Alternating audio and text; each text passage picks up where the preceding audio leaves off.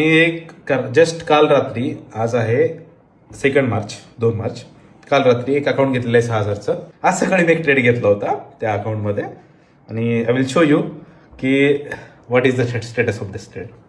So this is the trade NZD CAD. Actually आपल्या जे 5 pair आलते या वीकचे संडे स्विंगमधले, त्यातला नियर अबाउट 4th पेअर होता तो.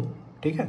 आणि या ट्रेड याच NZD CADमध्ये ट्रेड घ्यायचं लॉजिक हे सेम होतं. ऑलरेडी आपला एक SL गेलता, सेम मार्केटनं ऑलरेडी एक खाली गॅप डाऊन ओपन झालं, गॅप फिल केला आणि एक 30 मिनिटला रेड कॅन्डल बनवली.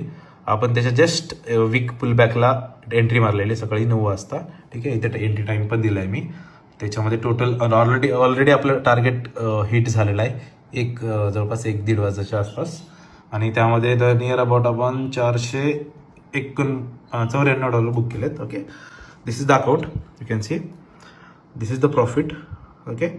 आणि this is the trade NZD CAD. ठीक आहे. हा ट्रेड आहे, यू कॅन सी. आणि करंट अकाउंट बॅलन्स इज $6,488. मी दाखवतो की हे फंड अँड नेक्स्ट आहे. फंड अँड नेक्स्टमध्ये आपण ते जस्ट काल रात्री अकाउंट घेतलेलं आणि you can see the profit target is passed in 1 trade. आता आपल्याकडे अजून 5 दिवस आहेत, मिनिमम 5 ट्रेडिंग डेज आहेत. याच्यामध्ये आपल्याला आता 5 दिवस वेट करायचं आहे ॲक्च्युली. परत म्हणजे फर्स्ट फेज कम्प्लीट झालं आहे. सेकंड फेजचं अकाउंट शुक्रवारी भेटेल. त्यामध्ये परत $300 छापायचे, नियर अबाउट 5% ऑफ $6,000. आणि त्यानंतर आपला रिअल अकाउंट भेटेल, त्याच्यामध्ये आपल्याला ॲक्च्युअल प्रॉफिट बनवायचं आहे, जो की आपल्याला ॲज अ पे आउट भेटणार आहे, आपल्या अकाउंटमध्ये येणार आहे, आपल्या इंडियन करन्सीमध्ये. तर स्टेट येऊन आय विल अपडेट यू.